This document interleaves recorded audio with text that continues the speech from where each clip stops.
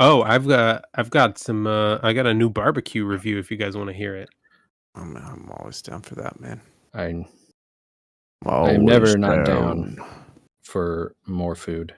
We're gonna have to change your name to Pitmaster.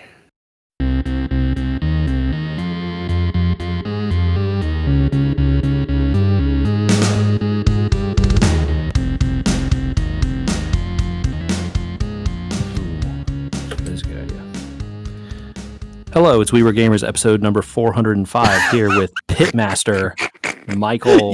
How you going? You get so much louder. You get so much louder when you start the episode. It's because I'm on now. This is what it's like to be on. I'm so sorry. I couldn't control myself. I ruined your intro, but it just this is how professionals act. No, he was talking at a normal volume. Everything was fine. He was like, "Yeah, this is all good." I'm being slandered. The mic. I'm being slandered for my craft. The performance of JJ on this podcast is being slandered. But Pitmaster Michael is here. Hello. Thank you for joining us on a new episode of Delicious Dish. Oh no, I'm gonna quit. Andy's here too. Yeah, that's me. That's the guy. So who's playing Vessel of Hatred already, huh? No one, because it's not out yet. When does it come out? October 8th. I suppose we should play the new season before playing that. I have been playing the new season. Oh, how's that going? Hey, it's still Diablo 4. and all that entails. Yeah, but there's been some good changes. Andy, if you are into playing the game at this exact moment in your life, they're giving away some free cosmetics. So, you sign in once a day and you get some free stuff there. I missed out on all that then. Nah, I mean, I have been off the grid. I had no internet for days this weekend. It only started like a couple days ago, so you missed a couple things, but it's like they're cosmetics. What's the big deal? Yeah. If they're town portals, I like those. The town portals are part of the pass, and so you have to get to a certain level in the pass. Yeah. I got the one for town free portal in the first pass that I played, and I thought that one's pretty cool, and I haven't cared since. But there's a pretty sweet, like blood-looking kind of one. In the pass this year. Nah. I like the one that looks like it's going to heaven. The white one. Yeah, that was the previous one that I had, and I just got this one. You can keep. But yeah, the Diablo 4 we're talking about here. The pet actually is a significant upgrade, which I'll talk about because they get pet. Yeah, singular. Pet again. It has skins. Yeah. What's the pet? It's in this case, it's a dog. Wait, what is the pet? I don't recall that being in the patch notes. It is a dog that you can. It ostensibly kind of works like a cosmetic, but it's equipable at the mount guy, the guy who deals with your horse, which is also all cosmetics. But what the pet does is follow you around everywhere, and you can press a button to pet the dog, which is good. Okay. But it picks up all the crap, which is like vital. That they had that in that Dota game. It's not quite a courier. You can't control it. I see. In Dota, you can control it, but it will pick up automatically all crafting materials and gold from the ground. So it won't pick up any items for you, but anything that would go into like, places in your bags that have no limit, right? Like my bags have no limit. Yeah, they got limits in Diablo. You can trust me on that. My bags got no limit. It's a really nice quality of life. It's really nice because now you no longer have to run around and make sure you're picking up all the gold or all the little shards or all the little embers or all whatever the little currency in the areas you are. Yeah. Well, so they changed a lot of this stuff, right? Like you don't have to carry a million aspects of the Firehawk anymore. You get the best one and then you're done. Yeah, so that is part of the changes in this season, and those have been pretty nice. Although since I've only been leveling, I haven't really settled on what I need for my gear, so I haven't been making a ton of advantage of that. Mm-hmm. But it is nice that as you're disenchanting legendaries that you're not using, it's like this is added to the codex. You've upgraded a thing in your codex. You've upgraded a thing, and so you have better versions of the stuff, ready to go effectively. Do you have to disenchant versus blacksmith, or can you just do one now? I don't believe you do blacksmithing anymore, like, in terms of, like, you don't level up the item like you used to. They killed the item leveling, huh? Well, I mean, items still have numbers and their levels, in that way. But the whole, But like, upgrade a thing to level 4. no, that's gone. Oh, interesting. So there's now legacy achievements that you can't get anymore.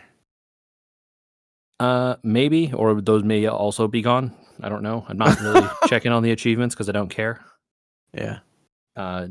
Blizzard achievements don't matter because no one can see them except people playing Blizzard games, which makes them pointless. Sir, that's Microsoft to you. Yeah, and can anyone in any of the other Microsoft games see them? I'm sure it's a matter of time before they're on your Xbox Live account. What you or said whatever. was no. You said no there. So I'll just continue. They have replaced some of that with a new system, which is called tempering, which I don't fully understand how it works. What it seems to do is just add more stats to your items, which is good. Yeah, I like stats. Stats are like the best part of Diablo. And there are a whole bunch of tempering recipes. So these are new things that drop that you can grab and then, use the tempering recipe to add one of a list of stats or, app things onto your items. Pitmaster. What's up? Would you prefer, if you were playing a game, on every piece of equipment to have to read 2 sentences to understand how it improves your character? Or would you like to know that the strength went up? It depends on what I'm trying to do. I mean, if I want to hit enemies and have the big numbers get higher, then strength goes up is good. Well, if I'm trying to craft something and I need some nuance. This is a trap question. Oh no. Yeah, because the answer is you need both. And unfortunately for Andy, they didn't get away from having the 2-sentence things. You still need that. And that stuff is important. That's always been on legendaries, but then having like 4 different categories of them has been the new thing in Diablo, where it's like this one has 6 sentences because it has offensive 3 and defensive and mobility and these kinds of things. That stuff is the stuff that goes into as you're disenchanting and getting those aspects that you can just apply. So that stuff is at least, collected in a way where you can be like, okay, as you go through your list, it's like, okay, I want the one that gives me bonus to this skill, and this one does a thing when I use that skill to chain it into other things and like stuff like that, right? Those are the sentences, but the tempering gives you like 10% critical strike or bonus damage to minions or something that's like not a sentence, right? That's just that's the plus strength, right? Plus strength in general. It can be plus strength or it can be critical strike or like any of a whole list of things, right? But like a flat answer. But in the way that it works, it's almost like all of our favorite mechanics, the weapon system from COTC, in that there is random rolls attached to all that stuff, right? Oh, like souls? No, not souls, but like, well, I want, I pick the tempering recipe I'm going to use, and there's like 5 options in it. You'll get one of the 5. Oh. But then the percentage you get on it is also random in a range. Oh, it is souls. It's exactly souls. There it is. So not only are you randomly getting the one that you want, but then you're also randomly getting the percentage in that range, or the stat bonus, right? I've got one of those games, and it's called Champions of the Continent. But to be clear, also, like, this is all bonus on top of the item, right? So pluses and minuses. Yeah, but at a certain point, stuff like this isn't bonus, right? Like you have to do that stuff to progress in the game. Sure, if you want to beat like the level 100 max level hardest Uber content or whatever, but to finish all the like seasonal quests and stuff, I haven't seen it be necessary. But I'm not at the end of that stuff, so maybe I'm wrong. I don't know. If you want to farm the hardest stuff in Diablo 4, you need this. But, do you need 100% on every roll? Yeah, probably not, right? Surely not. Surely not. But it does give you something to grind for that you can actually do with pieces of gear that you have, which wasn't the case before. So, pluses and minuses. Mm-hmm. So that's been nice. I've liked the new season so far. It helps that my class is significantly stronger here in the Necromancer, so I like that. Oh, yeah, they have buffed you? I would say. It feels like they have, anywho. I was able to get by before, but my minions seem significantly stronger here, which is fun. But as you alluded to earlier, Andy, the Vessel of Hatred is their new expansion that was previously announced. They showed a cinematic trailer for that here. And some information about it. They're adding a new class. Okay, I saw this. I saw the name of it. I don't know anything about it. There's nothing to know. It's brand new. It's never been in a Diablo game before. They didn't allude to anything about it. They just said new class. And they said mystical. I think they called it a Spiritborn.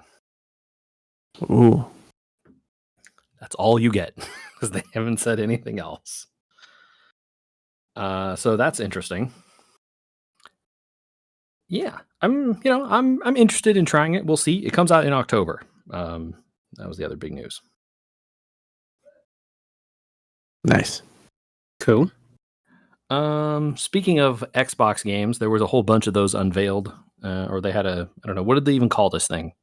Xbox Showcase? Xbox Direct. The summer Xbox Showcase. Showcase. Didn't you guys catch any of these? Anyone stood out to you guys? Twas me driving while it was occurring, and I have not looked at it, though. So that's a note. Sounds like there's some stuff. I was gonna say, from your phrasing, it sounds like you might have heard about the new Doom. Wait, hold on. One, it sounds like new Doom. That sounds cool to me. I like how you shortened me to no again. Look,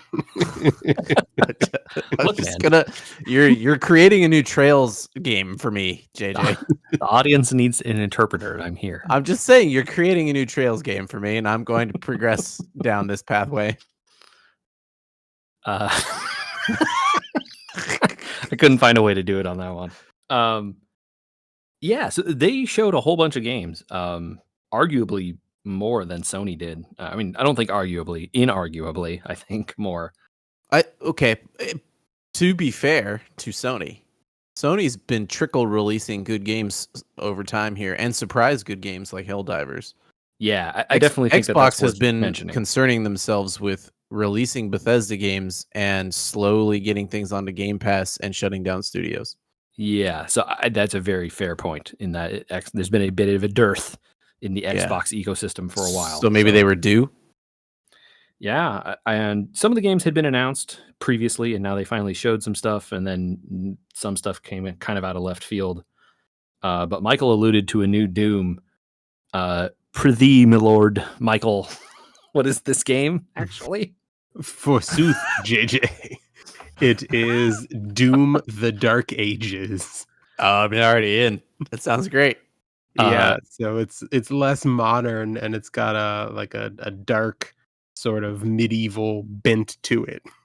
It looks like Doom guy gets a shield and a mace. It looks like a heavy metal, like Viking metal album cover. There be dragons. He's still in power armor, though. Oh, it's not, Andy. There's guns. It's Doom. It's not like they didn't have guns. Like, you got to look at the trailer. He picks up the shotgun in the trailer. So, but he has this like chainsaw shield thing. Michael, you saw that? Yeah, I'm not totally sure what it is. I just know that I want it. So the last game in this series had a mechanic in it where basically it was almost like a Bayonetta style. You need to keep chain attacking all the time so that you'd get reloads and things like that. I wonder if that continues because it turned me off of trying the last one. Yeah, it's hard to tell from just the trailer. Yeah, I was going to agree with Michael there. It's very hard to tell. I like that we started with this after my Bethesda joke, though. It's a Bethesda game, right? I know. Yeah. Doom Eternal was the one Andy was talking about. And I think a lot of people had the complaint that like it was too focused on like movement and like verticality and like constantly like riding chains and combos and stuff like that. Mm-hmm. Whereas the only thing I've read about this game was that, you know, the directors were like, we replayed the original Doom and we realized we missed some things and we're trying to get back to that, which doesn't really tell you anything at all. Okay, well, sure. But they mentioned, you know, the like interview that I saw, the guy was like, you know, if in Doom Eternal, you know, you were this like really agile, nimble, I forget what like he made some allusion to like a fighter jet or something, and he's like, in this game we wanted you to feel like a tank. Oh yeah, bulldozer. So I'm like, okay, that's a lot more Doom that I want. Hook me up with a snowplow. Yeah, exactly. Yeah. So we'll see where it goes. Obviously, they can say anything in an interview. Who knows? Oh yeah, sure. But it looks their opinion of what cool. they've created could be completely different than what actually comes out at the end of the day. Right. Yeah. That's sweet. Yeah, I think kind of germane to you, Andy, might be the gameplay reveal of Perfect Dark. Yeah, as long as the Farsight gun is still in there, I'm in. They didn't show that, although they did show like her looking through a wall or that's the Farsight gun, kind of a like X-ray vision-y kind of thing. Well, so there's like a cutscene in the game where she looks through a bunch of walls, and then you get the Farsight gun later, which actually does that. So unclear how that will work. But the thing that interested me about this, why do I remember that off the top of my head? I must have played more Perfect Dark than I thought. Yeah, that was not one that was in my range. I played it only in that some people used it instead of GoldenEye for multiplayer shooting. Yeah, yeah, you had to, just like GoldenEye, you had to ban certain guns. Right, not fair for multiplayer. But it was the same. I mean, it's rare. It's the same. It was like effectively the same engine and very similar kind of game, right? Mm-hmm. Very much so. That mission where the helicopter destroys the top of a tower still reminds me of video games in my head. Well, I couldn't tell you anything about that, but I could tell you that from the trailer of this, it kind of looks like Deus Ex. Like the remake looks like Deus Ex? This game, this Perfect Dark is what the name of it is. It's a remake, right? Unclear. I don't know. Oh. Again, I know nothing about the lore. Reboot. So I have no way to know if it's a remake or a sequel or whatever. Mm-hmm.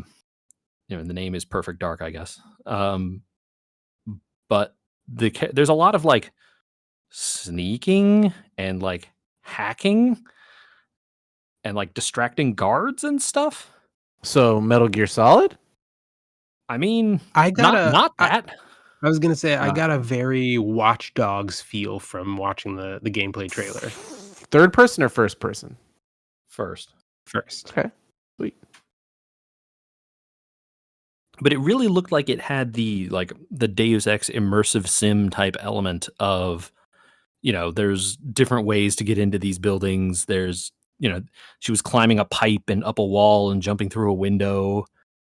I think the idea of Perfect Dark would have been that this woman could have done, Joanna Dark being her name, by the way, could have done all of these things, but the Nintendo 64 maybe could not have. Was not the engine for her. Sure. That makes the most sense. You had to run the expansion pack to run that game, man. You had to. The power couldn't be constrained. Mm-mm. But this trailer, I mean, it was interesting. She's like hacking stuff to distract guards, to like get through, a checkpoint and trying to, sneak into a building or something, and then doing some hacking. And, then later she pulls out a gun, starts shooting people. But like clearly the gun had some stuff going on because it looked like the gun electrocuted a guy at one point, right? Oh, that's fun. So I definitely got like Deus Ex vibes, specifically in the like immersive sim, like here's a goal, approach it whatever way you want kind of thing. Mm-hmm. They didn't show that or say that, but it's hard to know. It was all a trailer, right? They didn't really show like gameplay of people playing it. So very cool. I think that had been expected for a while, so I think people were sort of excited to see that. Yeah. Hey, that Indiana Jones game's still coming out. Sweet. Yep. Yeah, it still looks fun. I was excited to see that there's a new Fable game coming. Yeah, so they announced this. Fable is Xbox Game Studios from a while ago. What's the famous guy's name that makes Fable? Not anymore. Peter, what's his name? Nope, not involved. Are you sure? Yes. Oh. That guy left a long, long time ago. Mm-hmm. You're thinking of Peter Molyneux. Yeah, he hasn't been involved in a long, long time. But I don't know. This game also didn't show any gameplay, so it's very much hard to know. No, it was very cinematic, but it looked good. Back to Albion. Yeah, Albion. Your choices. They mentioned your choices matter. Coming up as a hero, being trained, that kind of stuff. So, all right, yeah, sure, we're in. Okay. And what else we got? I don't know. Anything else stand out to anybody? I was kind of not hyped on too much of it. There was a Gears. Oh, there was a Gears. That's right. Gears is fun for me. I don't know if it's fun for thee. Gears of War :E Day. Emergence Day would be the beginning of the story part of that franchise. Andy, the trailer for it is a young-looking Marcus Phoenix fighting some kind of a monster-looking guy in armor in a collapsing house, while an even slower and even sadder version of the Mad World song plays. The song is already slow and sad, and there was a remix, like a famous trailer for the original Gears of War that was a slow, was this sad the original version of that. I don't think it was you. I think it was. Yeah, it was because it was the huge monster hanging over him. Yeah. And then they used it in the Gears 2 trailer too, I think. It's been a classic. It is like one of those like trailers people know and remember. And they used a even remixed, slower and sadder version of that song in this trailer. Oh my god! Now I don't usually seek them out because they don't show much, but it doesn't show much. I'm gonna need to see. To be fair, at the end, it's all. But I want to hear it. It's all CG. It's all I still want to hear it. You can go look it up. I'm not gonna do it right now. They showed it. Although Craig finally doesn't actually record every sound coming out of my computer, so I could actually watch it now. Congrats on your victory over the horrors of technology. Craig's victory. Anyway, I'm not watching it. We can keep talking. Okay. Yeah, I mean that's kind of. Was there any info on that Civ game? No, that's the other thing. They announced that they showed a CG trailer that it wasn't Leonard Nimoy narrating, obviously, but it wasn't last time either, right? It was Sean Bean last time. Sean Bean in 6? Maybe question mark? Sean Bean 5? Maybe question mark? Yeah, I think you're right. I think Sean Bean was 6. Anyway, unclear who was narrating. But also they said more info to come later in the summer or something. So it was not. No one narrated it. If there was, I did not understand who it was immediately. Okay, it's important. You spend a lot of time with the narrators, But it's also like they're just like talking about the progress of technology and the raising of a civilization. It's like, I'm tuning this out. This is not like, show me the game. Where's the game? There's no game here. I can safely ignore this CG because what CG is in Civ, right? That's not even.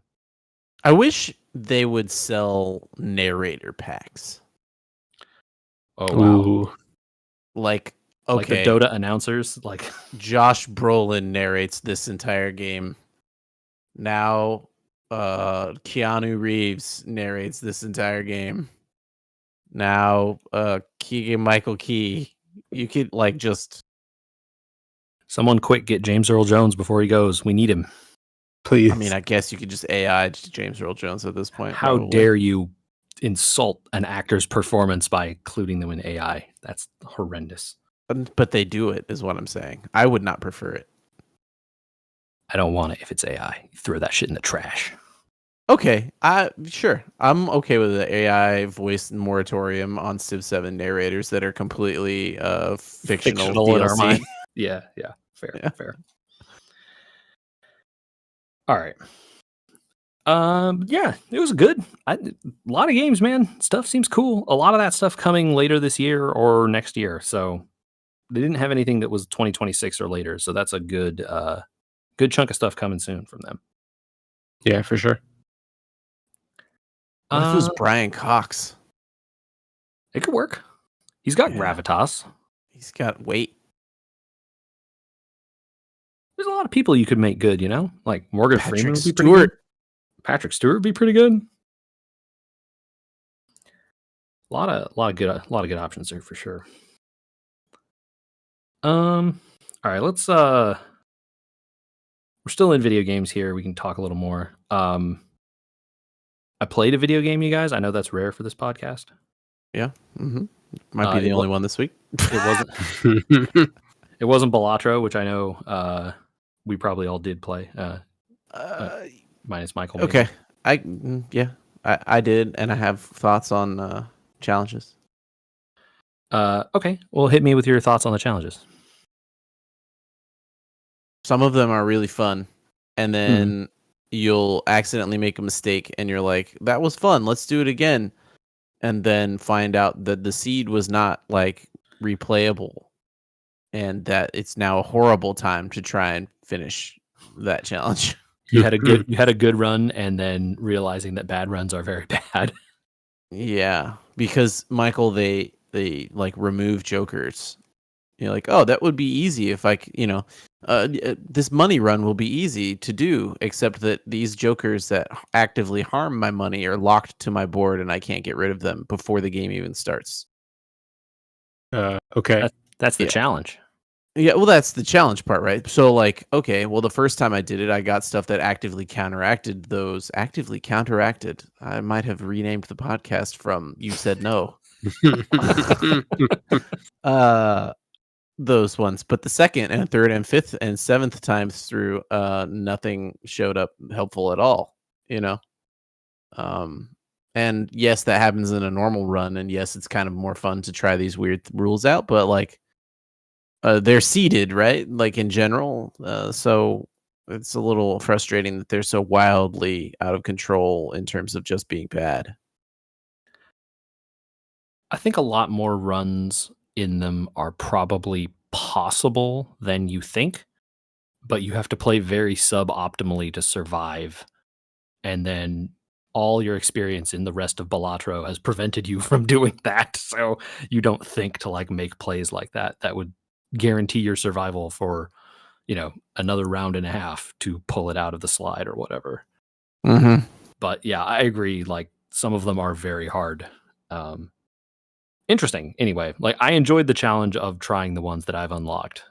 Yeah, I don't know. There's 20 of them, and I don't know how far I'll get on those before I decide that it's quits. That is eventually where I came down on them too. It's like I tried all of them at least once that I had access to, and I was like, okay. I've got the if I'm first gonna beat any of these or 10 unlocked or so, I think. But some of them are pretty like I don't know about that. So. JJ, I never answered your question last time. We ended up getting distracted by tags. Oh, okay, yeah. You said which vouchers are good, and then I started talking about tags. Yeah.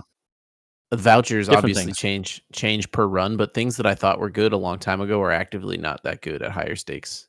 Okay. Like extra hands. Interesting. Okay. Like, you should be able to beat a blind in 1 to 2 hands. Probably, yeah. If you're winning, for sure, right? Yeah. If you need all the hands, you're probably messing up. Unless you have 2 jokers that activate on how many discards you have, discards are actively bad. Interesting. Yeah, you shouldn't need to discard, really, if you can help it. Yeah, if you're building a hand that's just like pairs or single cards or something, right? Right. But like, I think having to fish for like an easy to get hand, like a 2-pair or something, is not that bad. If your deck requires it, right? But you should be able to get it within 1 to 2 discards if your deck requires a certain hand, right? True. If you're playing a 5, like a deck that's like, okay, I need 5 of a kind, then you better have been working on those cards the whole game anyway, right? And they should be popping up pretty quickly, right? Before you're going to be trying to play a deck that works on a 5 of a kind, you better make it possible to get 5 of a kind relatively frequently. Buying playing cards voucher, atrocious. There are times when it's good, but yeah, I agree with you. Generally, it's bad. Buying planets, atrocious. Again, similar point to there are times when you want it, but yes, generally, I'm skipping that one too. Unless you have the Joker that affects your consumables, Telescope isn't great because the best part of Telescope is the second voucher of Telescope that gives you multiple. Yeah. Although Telescope can be helpful if you're struggling. Telescope. So I would rank Telescope pretty well overall, but not great. Yeah, it's one of those where if you're really hard up and you just need some stuff to pull you up in the early game, you could do worse than Telescope, right? Right. Yeah. Overstock is like crazy underrated, I think. Which one is Overstock? Because that adds another Getting slot an in the shop. extra card, yeah, another card That's in the like shop. that might be the best one. No, I think the best one is clearance sale, because if you can get to liquidation, you half off of everything in the store. Okay, clearance sale is 25% off everything, and the one above that is 50% off, right? Reroll, Hone, and Crystal Ball, I think, are all bad also. Hone is like a gamble, like I need more molt or something. Let's hope I can get that. But yeah, it's not that good. It's like if you have extra money, I guess throw it at that. But generally saving is probably better. I think Crystal hand Ball size is pretty bad unless you're doing something specifically that cares. Yeah, hand size and tarot cards are both situational. Great if your deck needs them. Mm-hmm. If you have stuff like triggering off tarot cards, it's great. And then I think that just leaves Director's Cut, which is really, really, really good for the challenges, but not great for anything else. Yeah, I was gonna say that's one of the ones that you learn to appreciate at like the end when you're like, you know, just like trying to make money or whatever, and you see that you snap it up every time because you're like, if I get screwed by a boss, I have one. Yeah. Or the last boss sets your money to 0 and you need the money, or whatever. Right? Or you get one that just counters the jokers you have, right? Which happens. Yeah. And then obviously Seed Money and Money Tree, I think, are maybe the best one. Yeah, both of those are good. You have to get them relatively early, though. If you buy them too late, they kind of aren't as valuable, but they're still not bad. I started skipping Blank because I couldn't count on Antimatter showing up. Yeah, it's one of those, like, again, where if you have like more money than you know what to do with and no reason to have that much money, then you could buy it. But yeah, the real reason I say that you don't care about hand and discard size is because Hieroglyph and Petroglyph being the best card in the game. Yeah. So the real problem with those is buying them too early. Where you can't capitalize on the extra time they buy you, because early on, you know, say you get is it Hieroglyph or Petroglyph first? I forget which. Hieroglyph is first, yeah. You get that, it takes you back an ante, and you're in ante 0 now instead of ante 1, and you're like, it's just more chances to fish for meaningful jokers, right? That's because you're going to beat those rounds like without more playing chance one hand. to make money. Right, which it always is, and that part of it is good. But I'm saying you aren't gaining any scaling out of it. You're just gaining money, and if that's all you're doing, I don't know that itself is worth it. Yeah, you can make money easily. Anyway. It's not as situational as others. It's one of those ones that you can just take in, even though you may not get as much benefit out of it as later. It's still good. Oh yeah, totally. It's like, unlike the buying the playing cards one or the consumable one or whatever, you're probably going to take this almost every time you see it, right? Yeah. It's amazing how much I just started skipping so many vouchers, though. I just was a lot of them are skippable, totally. And that's why I asked the question, because I was like curious which ones you thought were worth. And I think I would take clearance, Overstock, and Seed Money or auto takes. Then you get into like mostly takes with Director's Cut, Paintbrush, Hieroglyph, and Telescope, and then the rest of them are pretty much skippable. Okay. That's my opinion. I like it. Yep. There you go. Spectral cards are a trap. They're good early on and kind of not. They're almost always not so great, though. Where you're like, I've got 3 jokers and I need all of them, but this spectral card destroys all my jokers to improve one of my jokers. Makes no sense. But almost all my jokers are eternal, and so that doesn't matter. I've had those jokers that destroy all your jokers pay off pretty hard when I've had a bunch of eternal jokers. So sure. I guess if you have eternal jokers, yes. It's, I agree with you. They're generally not good. It's like, set your money to 0 and get a rare. It's like, this isn't worth it. Nope. All right. Well, I think that's enough video games for one podcast. What do you guys say? No, you've been playing another game, you said. Yeah, I've I've been playing some Elden Ring again. Oh, you're back in. The expansion to Elden Ring is coming out near the end of the month, they say. Oh, okay. Is that why we're playing it? Yeah. Right. I needed to remember. You needed to be upset at yourself? Or? I had to get good again. Yeah. You're running out of time. Well, I was good, and now I'm not good anymore, and so I'm remembering how to get good. But yeah, I played the first several hours of that game again. The game's still pretty good, you guys. Elden Ring is fun. I don't know at this point. Michael, do you see yourself getting into that franchise at all at this point? No, at this point, probably not. I had that realization recently too. I'm kind of like, I don't know if I'll ever do it. Elden Ring is the one, probably. I think if you aren't going to start with Elden Ring, I think, and you have to want to get into these games, I think. If you're just like going to try and play one random one off the cuff or whatever, I think you're going to have a bad time. You sort of need to want to have a challenging game and a game that's going to, make you do some stuff. Elden Ring in a lot of ways is the least challenging of the games.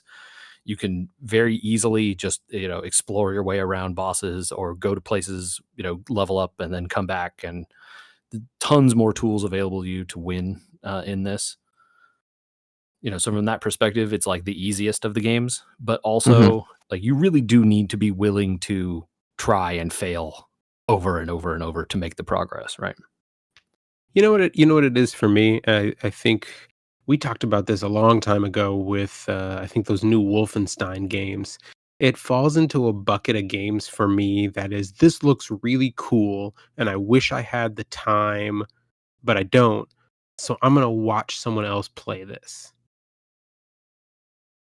They're on like You'd like to watch they're on it like a stream. let's play list for me. What about like a speed run, or is it like it's like a long play? Either one. Either one. It just kind of depends on the slice of time I have and when I'm in the mood to watch. So I think that one of those new Wolfenstein games I watched as a long play. It is fun to watch people that are good at these Souls games play them and be really good at them. And you're like, damn, like this dude like dodges all the attacks and gets hit like no times in some of the hardest bosses or whatever. I think it belies how hard that is if you haven't played those games yourself. You're just like, oh wow, he did like a good job. He dodged and like rolled around and then got in his hits and then backed off, and it's like, okay, he's just playing tactically. No, that's pretty hard to do, actually. Knowing when it's going to be the short jab versus the long swing attack, or is it the overhead or the side, kind of thing. But yeah, Elden Ring still fun, man. I'm enjoying it. I'm trying to level up a new character and then hopefully take that into the DLC. We'll see how that plan goes. All right, that is enough video games. I have decided. We should turn to more important things like barbecue. We have the Pitmaster with us after all. You guys, if you're not eating smoked pork belly char siu in a homemade gochujang barbecue sauce, what are you even doing with your lives? Getting really hungry now that you're describing this. I'm been to that Chinese smoked barbecue. Yes, that's exactly what it is. Fusion. We went out over the weekend to try a new barbecue spot out in Garden Grove here in Southern California called Smoke Queen BBQ. And it is Chinese influence on traditional Pitmaster smoked meats. And let me tell you guys, the food was amazing. I wanted to try all the meats. We wound up only picking 4 of them because there were only 3 of us. And I'll be going back. All right, well that's like a ringing endorsement, right? Like, yeah, I need to go back. And they've got a very cool setup too. They I think will wind up being the anchor spot for the little center that they're in, which has a huge sort of play area for kids. And I think the idea is to entice the adults and to have somewhere, adults with families and have somewhere for them to turn their kids loose to play, where they can just sort of like run around and play with a bunch of stuff that's set up for them while the adults enjoy food and whatever else is going on. But yeah, the food itself is definitely enough to go for. So we wound up getting smoked brisket, we got that pork belly char siu, we got pulled pork, 12-hour slow smoked pulled pork, and we got their house spare ribs, which are rubbed with their house spice blend, which was fantastic. And then a couple of different sides, what they call chicken rice, which was just jasmine rice cooked in with chicken seasoning and sesame oil. And then we got a sesame slaw, which was a good Chinese influence on a traditional barbecue side slaw. I'm trying not to drool into the microphone. Oh, I sent you guys that picture. It was better than it looked. Even better than it looked. I was gonna say it looked pretty good, so even better than it looked. All right, man. That did you run into any we ran out situation? So they were only out of smoked chicken quarters when we were there. So they're open Thursday through Sunday, 11 to 4 or 4:30, I think are their hours. And 11 to 4, or sold out like any good barbecue place. Right, yeah. And then by the time we left, they had also sold out of the ribs. They'd sold out of the ribs, so I'm glad that we'd gotten those. And then on Sunday only, they do a gochujang beef rib, like the big bone-in. Oh, now we're into Korean food. Yeah. What's happening there? Asian influence as opposed to specifically Chinese, maybe. Yeah, they pulled in a little gochujang for their house hot sauce, their barbecue sauce. Well, I know my wife is a fiend for beef ribs, so we'll have to attempt to get there on a Saturday or Sunday. You said Sunday? Sundays. They do the beef ribs on Sundays. But it's a good setup. They know, so there wasn't too bad of a line when we were there. We were there on the early side on Saturday. But they know that there might be a wait and that it might get warm, so they have coolers of bottled water for you to just grab one while you're waiting in line. What? Yeah, they just have coolers down at a couple of spots down the line in case you get a little thirsty. You can grab a bottle of water. Wow, that's cool. And also clever. Like their setup was very well thought out. The bar, and they had four local beers on tap and then several more in cans. The bar is in front of the registers in the line that you're waiting in.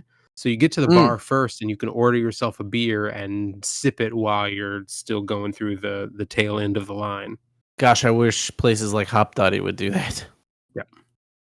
And then you can also, if you've gotten a beer already or you're sitting down with your food, you can go to the end of the bar and make another drink order without having to get back in the line, and they'll just bring over one of the little handheld credit card scanners for you to pay for your drink. That's cool. Yeah, so there were just a lot of nice little touches in their flow that had clearly been thought out. The other one? The other one that struck me, they where you return your trays when you're done. You dump the trash, you return the tray, and on a shelf underneath and to the side of the counter where the trash cans are, they have to-go boxes and bags. That's similar to, what's that place near you, JJ? Phil's? Does Phil's do that? They might. Yeah, I think they do. Like, they have the whole thing right behind the ordering counter where like everything is. It's all in one spot. You return your stuff, you get all your utensils, you got your to-go box. Like, it's just like one place in the whole store has everything. I will say this is clearly the mark of a place that did their market research at similar restaurants and paid attention to what people did or didn't like about various places, right? Yeah. Yeah. How should a restaurant flow to operate smoothly? Well, specifically this type of restaurant where they're getting a lot of throughput quickly on because a lot of it's not prepared to order. It's not it's like it's like they're trying to move you out so they can move the next people in. Yeah, so efficiency will be key in that department. Very similarly, In-N-Out does things like this as well. They want to get to that sold out sign so everyone can go home. Although you don't have to go boxes because you should finish your In-N-Out. Yeah, I was gonna say. Speaking of pricey meals. Yeah, hey, inflation is a thing, and prices of things go up more some places than others. That's true. The end? Is that all we have? I think that's. Is that something anyone else needs to discuss? I don't know that there's more to say than that. I mean, it's funny that it's a news story because it's In-N-Out when everyone else has already all raised their prices by way more. I mean, I think the thing that's clear is people notice, right? Like, I don't know about, how often you talk with the youth, but I talk with some of the younger people at my company and they're like, oh yeah, I used to go to McDonald's every so often. I never go anymore. It's too expensive. Yeah. Yeah. And it's like, well, I also do not go because it's expensive and it's also terrible for you. Right. I stopped going a long time ago because it was terrible for me, but now I won't be going ever again. Right. Like the prices are up that high. It's ridiculous. And it's like, look at the competing, value. It's like, do you want to go to McDonald's or Taco Bell when the price is equivalent to something like In-N-Out? And you're like, no. It's not even equivalent to In-N-Out, even after their price raise. It's equivalent to going to a restaurant. I had to go to a McDonald's on a drive home from Northern California one time because the In-N-Out line would have been an hour. Mm-hmm.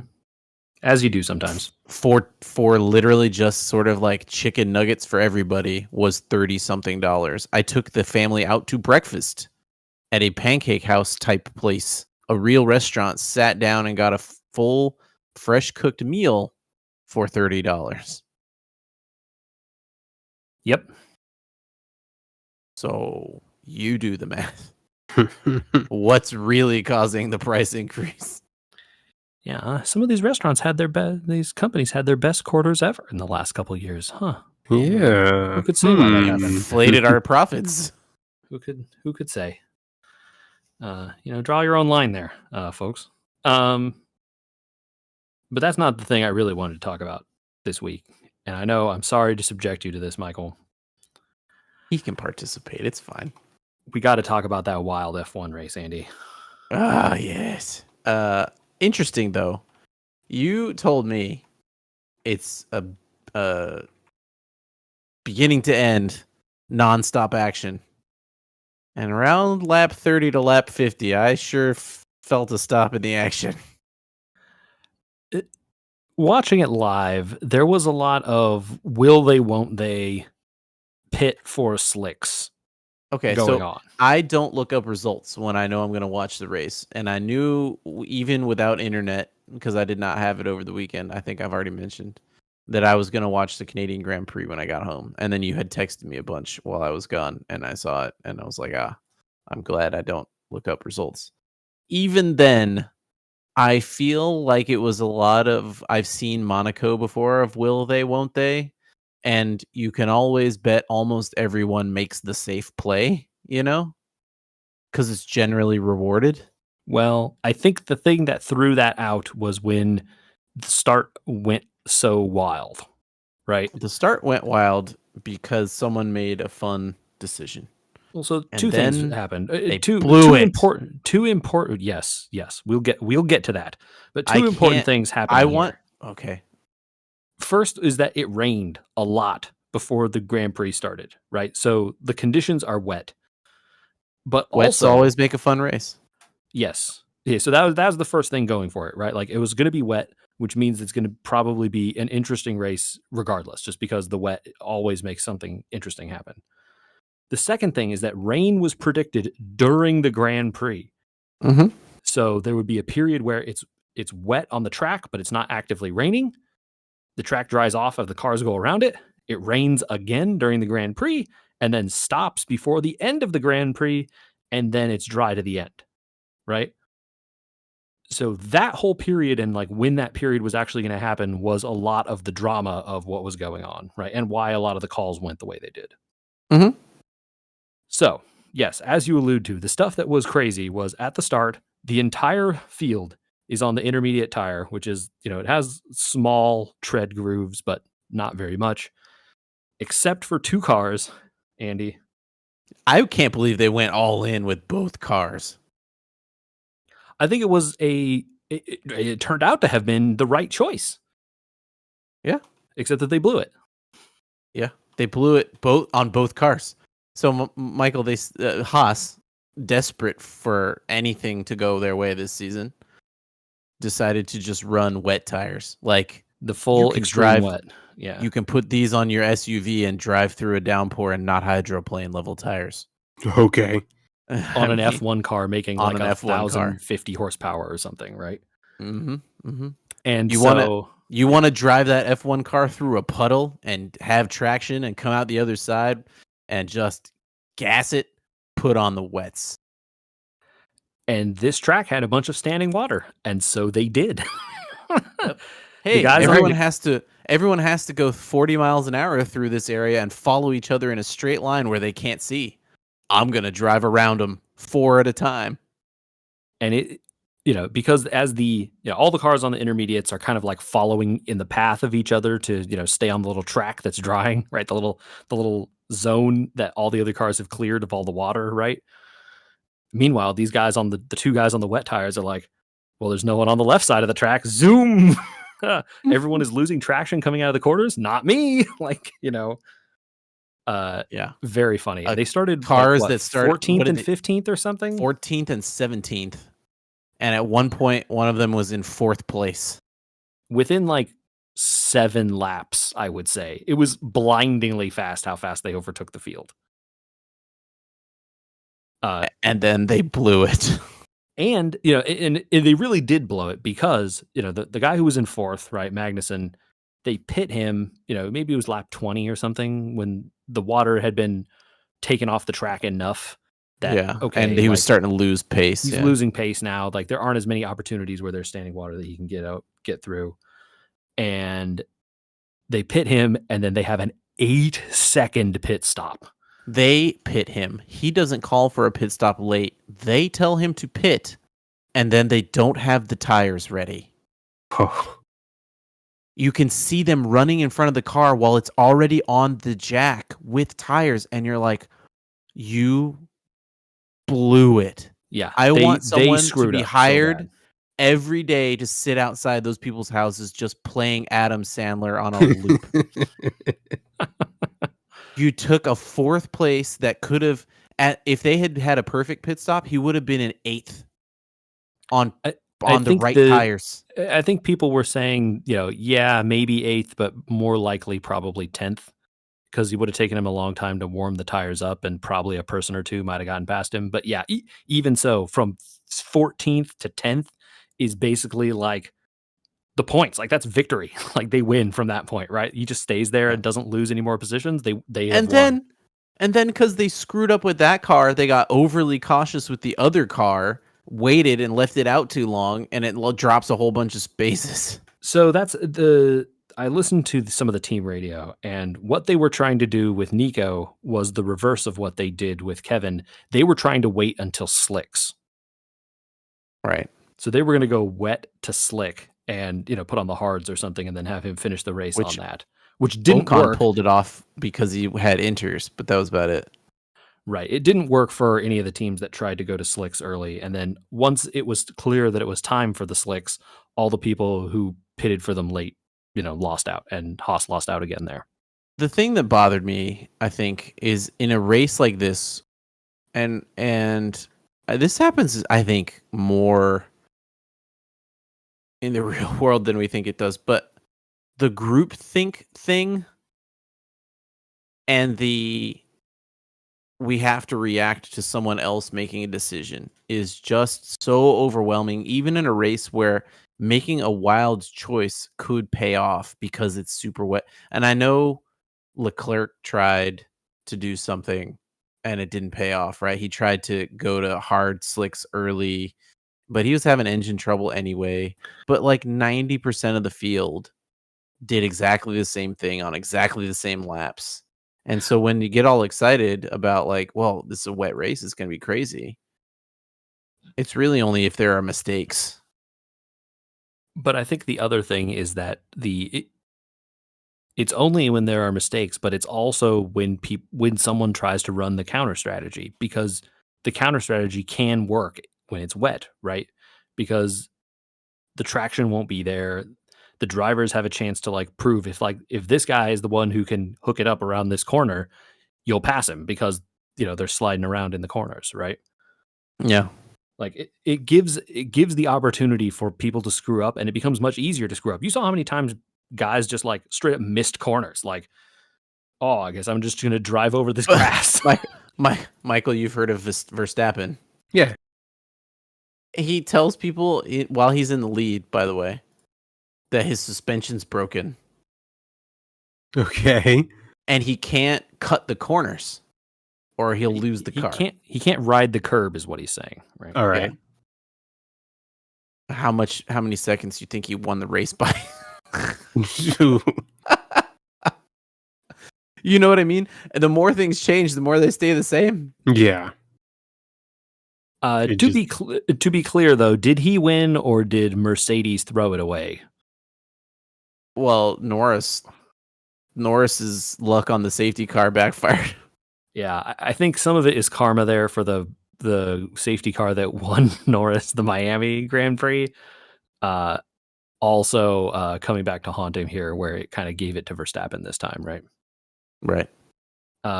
And what is Logan Sargent still doing in the car? Come on, guys! Like, he crashes every race. They got to have someone who he crashes every race. 4 in a row, I think, right? You could tell me every race and I would just believe you. I can't think of a time. It happens so often that I'm surprised when he doesn't. Yeah. That's not great. That's kind of sad, right? Like, oh, he didn't crash. Great. It was a wild weekend, though, man. Clearly, Mercedes had pace this week, and I think that is already surprising in and of itself. At McLaren has been good the last couple races, so it was like, okay, McLaren is bringing the fight. But this is the first time we've seen the Mercedes team bringing the fight. I think they said in qualifying, the Mercedes cars were faster. Wow. Verstappen and Russell put on the same time, down to the 1,000th of seconds. They had like 112.000 or whatever, all the way out, right? And Russell qualified first because he set the time first, and Verstappen set it later. I didn't know that. Yeah, like brutal, man. Like Russell crosses the line. I forget how much before it was. Maybe a minute or something before the end of the session, and then he's like, going to try and do another lap, but it's probably not going to be faster since he used all his battery on the previous one. And Verstappen typically is ending his stuff very close to the time of the end, right? Often does that, yeah. And Verstappen puts in a lap that is exactly the same as Russell's. And, well, second place for people who finish second, right? Mm-hmm. So, makes sense. Yeah, it was really good. People were, but like the math people or whatever were like, George could have saved time here. George could have got more time there. It seemed like, there were places that he could have improved. So yeah, hopefully, maybe it means that we're going to have a fight in the front again. That would be cool. Well, there was, and then both Ferraris did not finish the race. Oh, I would love for that to be the case. So yeah, I think Ferrari is going to hope to forget this weekend as fast as they possibly can.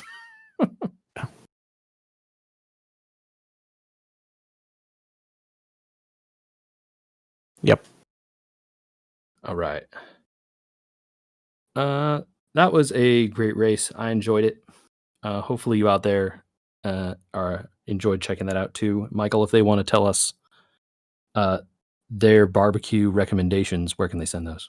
Oh, yes. They can send that to podcast@weweregamers.com. We will deliciously enjoy those recommendations. They can also... Go ahead. Oh, I was going to say, yeah, and shout out the name of that place again so that I can remember because I want to go. That would be Smoke Queen Barbecue in Garden Grove. Okay.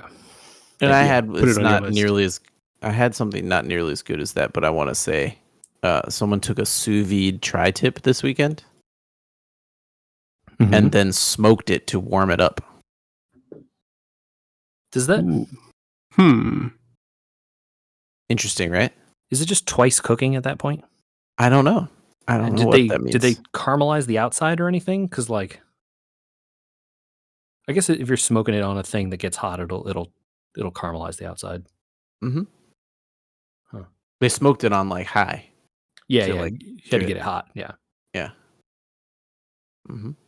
Well, I like sous vide everything, so that I've tried so far. Yeah, I would not say no to that. I was going to say, we finish the thing? I got distracted. Oh no, I was just going to tell people to go check out our YouTube channel, youtube.com/@weweregamers. We like that. I do like that.